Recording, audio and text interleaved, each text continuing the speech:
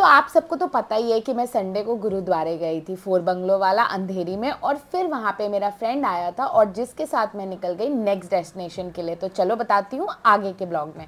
Hello everyone, नमस्ते, मैं हूँ आकृति और स्वागत है आपका हमारे चैनल बिहार टू बम्बई। और सबसे पहले पहुंची मैं पार्किंग लॉट में, क्योंकि ऑब्वियसली मुझे अपनी धन्नो बहुत सेफली पार्क करनी थी। और हम आए थे इस्कॉन टेम्पल, जैसे कि आप सबको पता है ये जूहू मुंबई में, अगर नहीं पता है तो मैंने बता दिया। और यहाँ पे ना पार्किंग के ना पैसे लगते हैं और मुझे समझ नहीं आता पार्किंग के, अगर आप पैसे ले रहे हो तो park at your own risk क्यों भाई? मतलब या तो पैसे मत लो या तो पार्क, मतलब पैसे व्हाटएवर यार, आप समझ गए ना। फिर हम लोगों ने अपनी स्कूटी पार्क कर दी और फिर वहाँ से आगे बढ़े।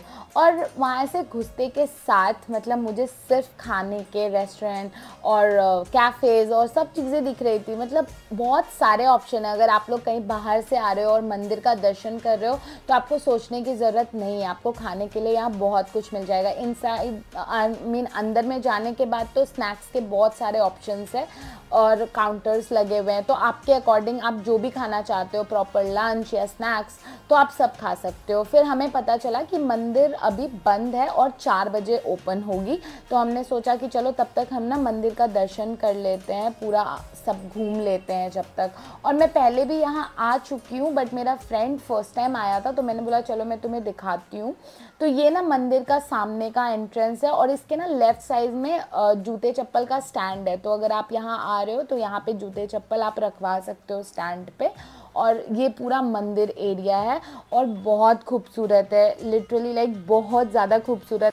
और इस्कॉन टेम्पल तो आपको पता ही है पूरे विश्व में है इस्कॉन टेम्पल्स अब तो, और बहुत ही ब्यूटीफुली डेकोरेट किया हुआ होता है। और इतना होते होते ही मंदिर ओपन हो चुका था और मंदिर के एंट्रेंस में ही ऐसे फल प्रसाद और फूल वगैरह बेच रहे थे। अगर आपको ख़रीदना है तो आप ले सकते हैं। इनफैक्ट उसमें श्रीमद् भागवत गीता भी अगर आपको लेना है तो वो भी अवेलेबल मिलता है। और मंदिर के अंदर घुसते के साथ सबको बैठाया जा रहा था ताकि क्राउड को अच्छे से मैनेज किया जाए, सिक्योरिटी गार्ड्स थे। और फिर थोड़ी ही देर बैठने के बाद पट खुलने शुरू हो गए और फाइनली हमें दर्शन हुए श्री राधा कृष्ण के। मंदिर वाकई में बहुत खूबसूरत है, कारीगरी तो बहुत ही अच्छे तरीके से की गई है।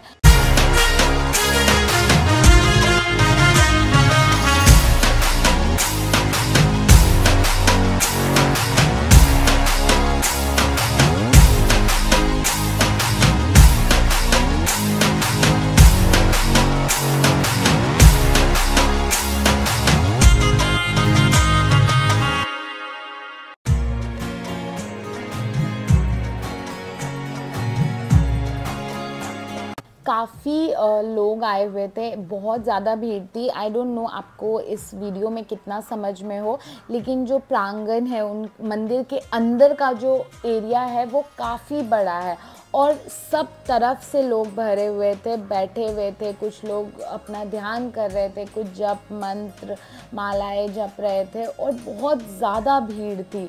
और फिर भी आपको शायद उतना नहीं समझ में आ रहा होगा बिकॉज मैंने मंदिर को जितना हो सके उतना ज़्यादा कैप्चर करने की कोशिश की है। और मंदिर के जो साइड वॉल्स है ना, उस पर ऐसे झांकियाँ बनी हुई है जो कि बहुत खूबसूरत दिख रही है। और भीड़ तो मतलब इतनी ज़्यादा थी ना, मुझे रुक के एक एक झांकियाँ को बहुत अच्छे से देखना था, लेकिन पॉसिबल नहीं था क्योंकि आपको मूव करना होता है ताकि सारे भक्तों को अपना अपना दर्शन करने का मौका मिले, हर कोई प्रे कर सके, तो इसलिए आप भीड़ नहीं लगा सकते हो। लेकिन वाकई में बहुत ब्यूटीफुल मंदिर को बनाया है। और अगर आप कभी भी मुंबई आते हो तो एक बार ज़रूर जाना इस इस्कॉन टेम्पल और ज़रूर देखना आप। और फिर जैसे ही आप वहाँ से बाहर निकलने लगते हो तो वहाँ पे किताबें मिलती हैं, हर तरह की बुक्स मिलते हैं, पेंटिंग से रिलेटेड, कान्हा से रिलेटेड। इनफैक्ट अगर आप अपने बच्चों को कान्हा के बारे में बताना चाहते हैं, राधा कृष्ण जी के बारे में बताना चाहते हैं, तो बहुत ही अच्छे पिक्चर्स वाले बुक है। और सबसे अच्छी मुझे ये लगी श्रीमद् भागवत गीता, आपको सारे लैंग्वेजेस में यहाँ मिल जाएगी और जो भी आपको लैंग्वेज चाहिए उस लैंग्वेज में आपको वो बुक अवेलेबल मिल जाएगी। बाहर निकलते के साथ बहुत सारी दुकानें हैं जिसमें आपको मूर्तियाँ, जो भी आपको चाहिए, कपड़े, गोपी ड्रेस जो होता है, वो सारी चीज़ें वहाँ मिलती हैं। मुझे एक गोपी ड्रेस पसंद आई थी बट मुझे वो बहुत एक्सपेंसिव लगी, बट आप देख लेना अगर आपको अच्छा लगता है चीज़ें तो आप थोड़ा वो करके ले सकते हो यहाँ पे। और पूजा से रिलेटेड आपको सारी चीज़ें यहाँ पे मिल जाती हैं। फिर हम लोगों ने इसी तरह इस्कॉन टेम्पल का पूरा दर्शन किया और मैं निकल ही रही थी तो आपको पता होगा कि इस्कॉन टेम्पल में ना खिचड़ी मिलती है, तो मैं ना सुपर एक्साइटेड हो गई थी क्योंकि मुझे ये बहुत पसंद है।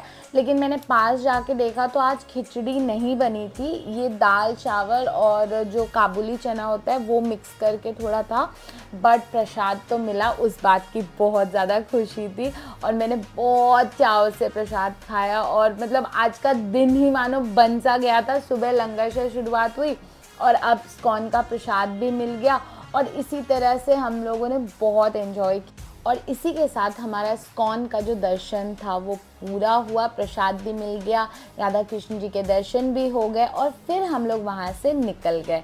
अभी यहाँ पे अंत नहीं हुआ डे का, इसके आगे मैं कहाँ गई उसे जानने के लिए बने रहिए। मिलती हूँ आपसे नेक्स्ट ब्लॉग में बहुत जल्द। आई होप आपको मेरा वीडियोस पसंद आ रहा होगा, कुछ भी त्रुटि लगे तो ज़रूर कमेंट